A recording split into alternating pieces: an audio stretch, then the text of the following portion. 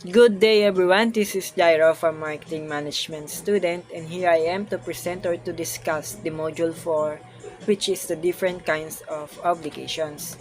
The learning objectives are meaning of your obligations, conditions obligations, the conditions, distinctive between suspensive and resolutory conditions, the classifications of conditions and the remedies. Let's start with Article 1179. According to its article, every obligation whose performance does not depend upon a future or a certain event, or upon a past event unknown to the parties, is demandable at once. So, ang bawat obligasyon ay hindi nakadepende o nakabase sa anong mangyayari sa hinaharap or sa nakaraan na hindi tukoy kung ano ang nangyari eksakto sa ganong panahon. That's why every obligation which contain a resolutory condition shall also be demandable without prejudice to the effects of happening of the event. So, matatalakay natin mamaya kung ano yung resolutory conditions and bakit siya demandable. What is pure obligation? Pure obligation is one which is not subject to any condition and a specific date is mentioned for its fulfillment, therefore immediately demandable. So, if si creditor ay nanghingi agad ng kabayaran from the debtor, it is legal and karapatan niya yun kasi wala namang specific time or due date na binigay si creditor na dapat bayaran ni debtor agad sa ganong panahon. Kaya maaring maningil agad si creditor sa pagkakautang ni debtor. Kung ang isang pangyayari ay hindi tiyak na naganap or kulang ang ebidensya na inalatag ng creditor o the debtor, dito na papasok yung conditional obligations. So, it is the consequences in one way or another to fulfillment of a condition. Maybe kapag sinabi nating condition, it can be a terms in a contract or in a future and a certain event, yung mga hindi natin inaasahang pangyayari na naganap. Then, yung effective nito ay nakadepende sa obligasyon na ipapataw ng creditor sa debtor. There are two characteristics of condition. Number one is future and uncertain, and past but unknown. There are two principal kinds of conditions. Number one is the suspensive conditions. Ito yung pag-suspend sa isang kabayaran ni debtor from the creditor if there's a third party. Kasi nga, hindi niya mababayaran o mapupunan yung kanyang kabayaran if meron pa siyang pagkakautang. Kasi parang ginagawa nila is nangungutang ulit siya from the third party hanggang sa marami. Then, mangungutang siya para itatapal niya lang yung inutang na is pambabayad niya lang din ng utang.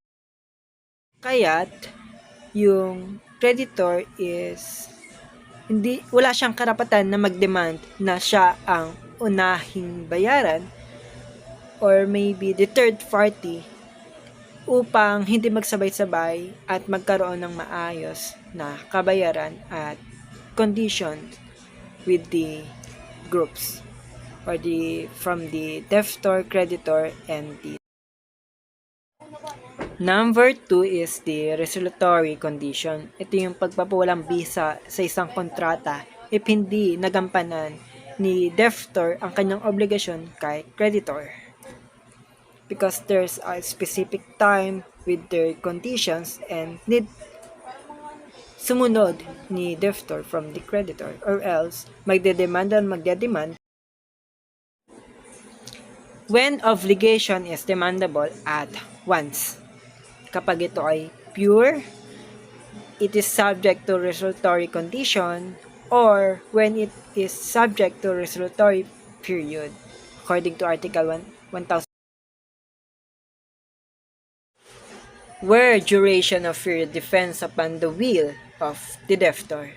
Number 1 is nanghihingi ng permiso si debtor from the creditor na magbabayad siya if kaya niya na. Ayun nga lang, walang panghahawakan si creditor kung kailan siya maghihintay na bayaran siya ni debtor. Number 2 is the other cases. Ito yung parang nag-aalibay na lamang si debtor kung kaya nangangako na lang siya na magbabayad siya ng pakunti-kunti as soon as possible, tapos kung kailan na lang siya may pera. According to Article 1181 in Conditional Obligations, the acquisitions of rights or shall depend upon the happening of the event which there are effects of happening of condition. Number 1 is the acquisitions of rights. Number 2 is the loss of rights already acquired. According to Article 1182, tulad na lamang ng sinabi ko kanina, na ang kondisyon if hindi magbabayad agad si debtor ay nakadepende sa kanyang konsensya or sa kanyang kakayahan. Kasi hindi natin masasabi nga, 'di ba? If there's a third party or marami pa na pinagkakutangan si debtor, kung kaya need natin i-considerate yung factors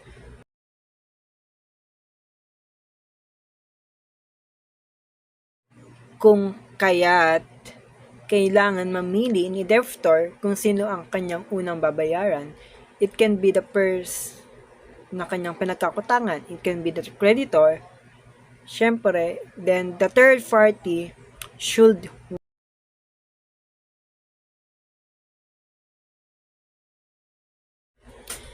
There are classifications of condition. Number 1 is as to effect. It can be a suspensive or resolutory. Number 2 is as to form. The condition is clearly stated or the condition is merely inferred. Number 3 is as to possibility. It can be possible or impossible to fulfill the obligations of debtor from the creditor or to third party. Number 4 is the as to cause or the origin. It can be a potestative that which defend of the will of the contracting parties. Letter B is casual. The condition depends upon the chance or upon the will of the third person. And letter C is mixed. The condition depends partly upon the chance and partly upon the will of the third person.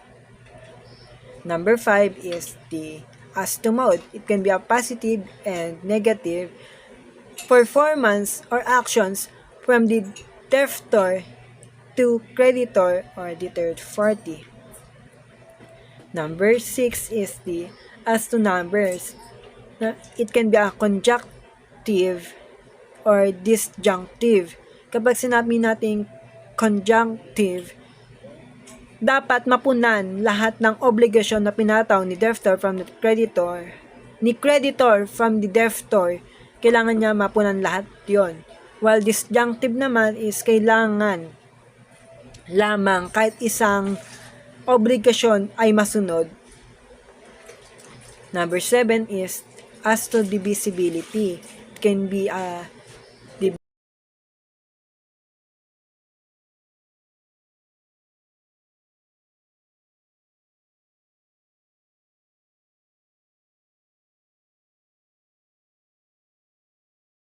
When we say potestative condition, ito yung kapangyarihan ng isang tao na gumawa ng favor or condition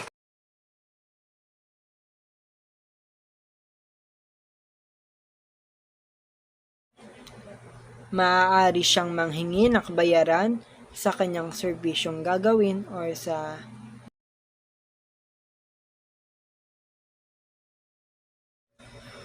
where suspensive condition depends upon will of the debtor. Number one is the conditional obligation void. So, in order not to be liable, the debtor will not just fulfill his obligations or the condition. Kasi si potestative condition ay nakadepende in solely upon the will of the debtor. Number 2 is the only condition void. The condition is imposed not on the verdict of the obligation, but on tama lamang na kung manggagaling sa creditor ang obligasyon na ipapataw niya from the debtor. Where resolutory condition depends upon will of the debtor. Although the obligation is valid, but the fulfillment still depends upon the soul of. According to Article 1183, impossible condition, this contrary to good custom or public policy and those prohibited by law shall annul the obligation, which depends upon them. If the obligation is divisible, the part thereof which is not affected by the impossible or unlawful condition shall be valid. The condition not to do an impossible thing shall be considered as not having been agreed upon. Kailan nga ba ginagamit or ina-apply yung Article 1983? It only applies if the cases where the impossibility already existed at the time of. There are two kinds of impossible condition. Number one is the physically impossible condition. Ito yung condition na hindi pa nagagawa or hindi pa nag-exist. Number two is the legally impossible condition. Ito yung contrary to law, morals, good custom. There are effects of impossible condition. Number one is the conditional obligation void. Ito yung obligation and condition na walang bisa although nag-agree ang dalawang partido. Number two is the conditional obligation valid. Ito yung may bisa, may kontrata, and nag-agree yung both. According to Article 1184, if the obligations and condition are expired that given by the creditor to debtor, dapat siyang mawalang bisa. Kasi he already paid for what he cost or kung ano yung pananagutan niya. And for sure, interest na lamang ang natitira or penalty. So, wala nang karapatan si creditor na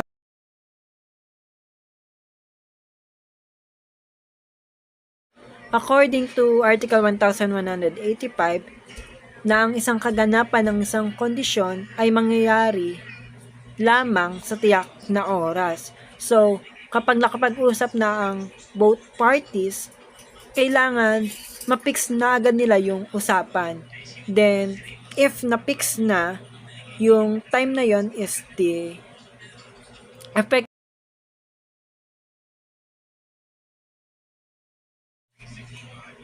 According to Article 1186, the condition shall be deemed fulfilled when the obligor voluntarily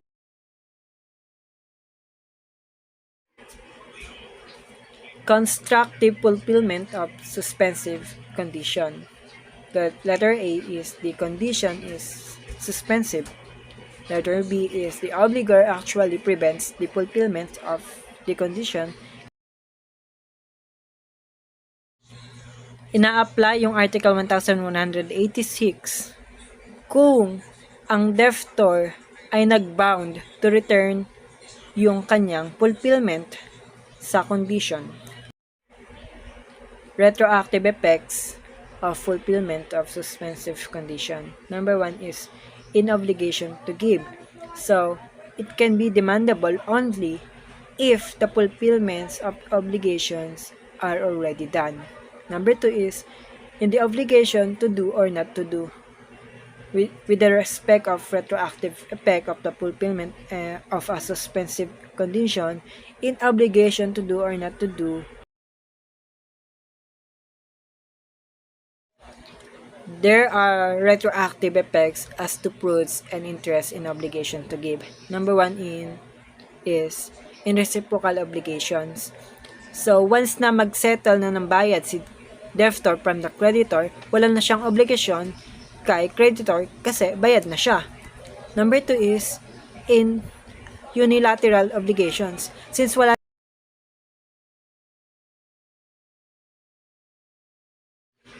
according to Article 1188, ang creditor ay mayroong karapatang maglatag ng kanyang terms, conditions, and obligations to debtor, while the debtor is need to follow that obligation, condition, and terms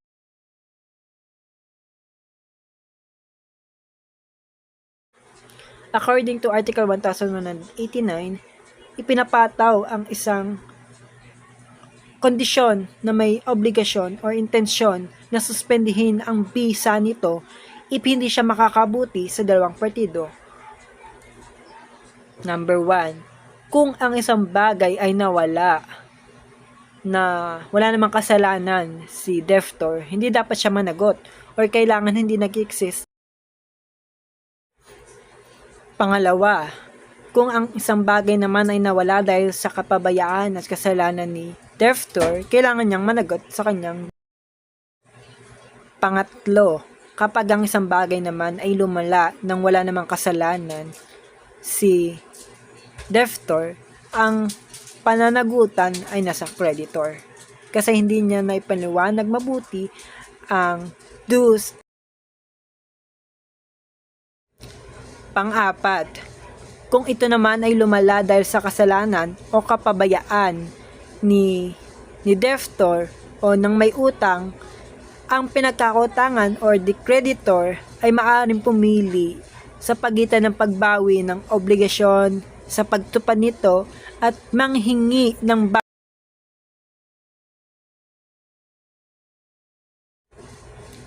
Ikalima, kung ang isang bagay naman ay napabuti dahil sa kagagawa ni debtor, kailangan niyang makinabang sa kanyang ginawa. Ika-6, kung ito ay naman napabuti sa kapinsalaang ginawa ng may utang, siya ay dapat or wala siyang ibang karapatan maliban sa ipinagkaloob ng use of. There are kinds of loss. Number 1 is the physical loss. Ito yung sira na, warak, or hindi na mapapakinabangan. Number 2 is the legal loss. Ito yung dating legal, tapos napunta sa illegal, kasi nawala na sa commerce leg. Number 3 is the civil loss.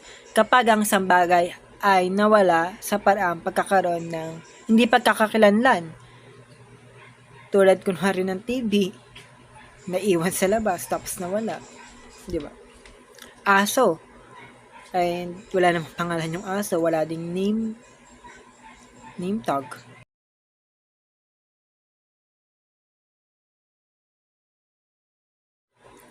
There are rules in case of loss, deterioration, or the improvement of thing during dependency of suspensive condition.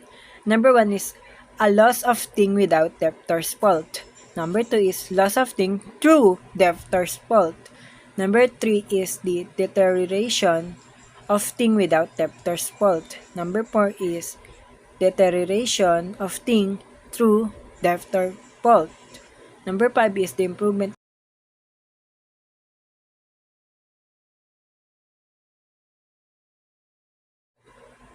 Ayon sa Article 1190, na ang isang kondisyon ay may layunin na isakatuparan ang isang sinasabing kondisyon upang maibalik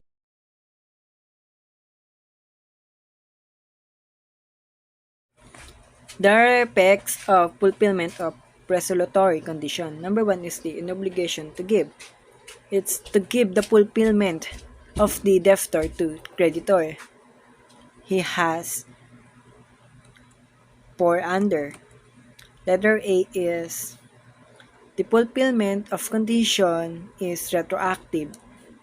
Letter B, in a case that the thing to be returned is legally the possession of a third person who did not act in bad faith.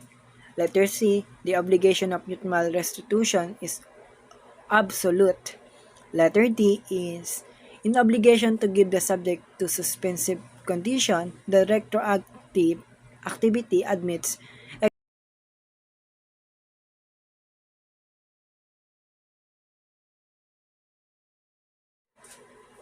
Number 2 is in the obligation to do or not to do. Since it was a resolutory condition, the debtor,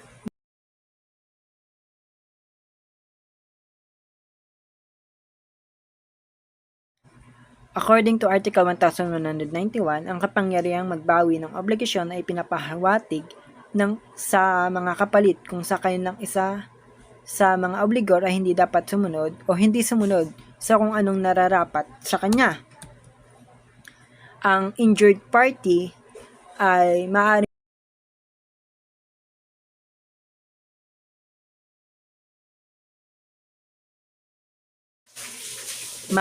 rin siyang humingi ng pagpapawalang bisa kahit na pagtapos niyang pumili sa katuparan kung ang huli ay magiging imposible.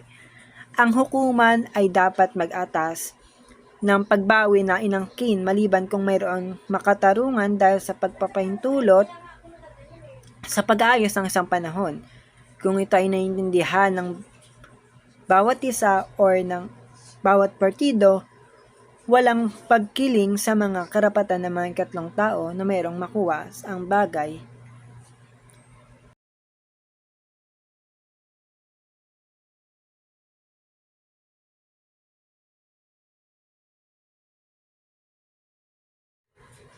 There are two kinds of obligation according to the person obliged. Number one is the unilateral. Ito yung karapatan or kapag ang isang partido lamang ay ang obligadong sumunod sa prestation o sa condition na ginawad ng nasa itaas. Number two is the bilateral. So, sa bilateral is may pareho silang pananagutan sa isa't isa. Sa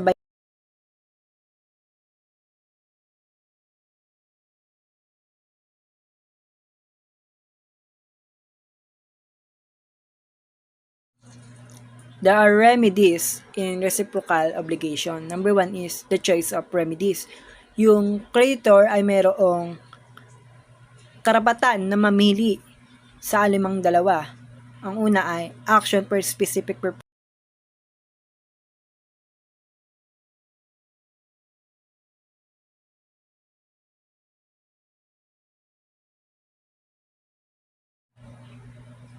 Number two is remedy of rescissions for non-compliance. The principal action of rescissions for non-performance under the Article 1191 must be distinguished from the subsidiary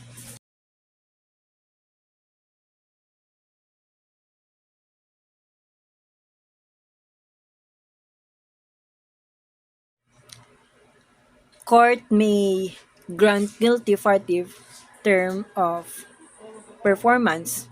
Ang hukuman ay kailangan mag-utos or dapat mag-utos ng pagbawi na inangkin maliban kung dapat may makatarungan dahilan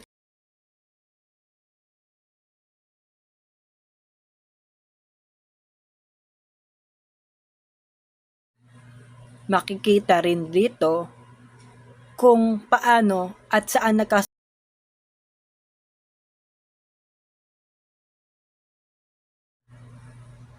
remedies are alternative. The remedies of the insured party are alternative and not cumulative. So, may mga paraan pa upang makausap at makapagbayad si debtor ng kanyang obligasyon. Tulad na nga lang ng mga nabanggit na nakaraan, pwede siyang g- tanggalan ng obligasyon, palitan ng obligasyon.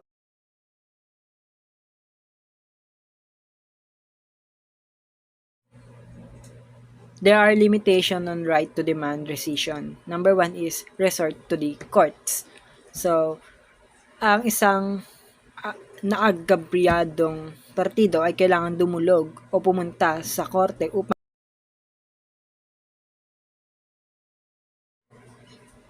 Number two is power of court to fix period.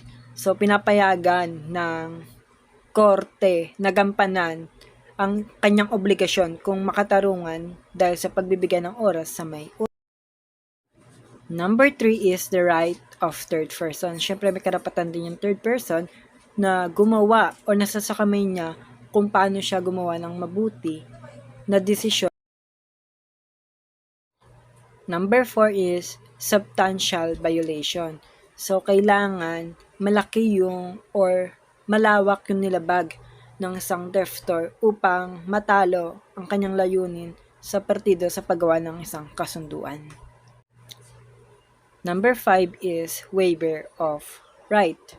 So, yung may karapatan siya na magtanggal ng karapatan mula sa isang deftor if may nilabag si deftor.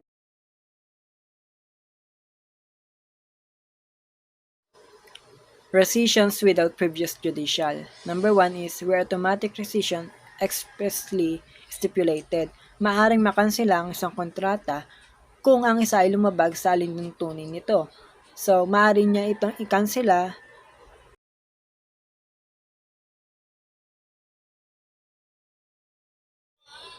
Number 2 is where contract is still executory. So, maaari niyang bawiin ang isang kontrata kung ang isa sa kanilang dalawa ay hindi sumunod pa rin sa kontrata o obligasyon na ipinataw ng sinuman. So, maaari niya itong bawiin kahit wala ng judicial decree of rescissions. Sa ganitong kaso, ito ay hindi na kailangan magkaroon ng According to Article 1192, ang bawat isa ay may pananagutan sa pinsalang kanilang ginawa. Kung nagkasala man si debtor at si creditor, pareho silang dapat ituring na may nagawang pinsala. Kung alin man sa dalawang partido ang unang lumabag sa kontrata, ang pareho dapat ay ituring na pantay at dadali ng bawat isa sa kanilang sariling mga where both parties are guilty of breach. Number 1 is the first infractor known. Kapag ang isang partido ay lumabag sa isang obligasyon na itinakda ng isa pa. Tapos, mayroon siyang pananagutan sa kanyang ginawa. Number 2 is the first infractor cannot be determined. Kapag ang isang partido naman ay hindi sumunod at yung isa naman ay sumunod, pero hindi malaman kung sino ang unang sumunod at sino unang lumabag sa kanilang partido. The rule is that the contract shall be deemed extinguished and each shall be bear his own damages. Thank you for listening.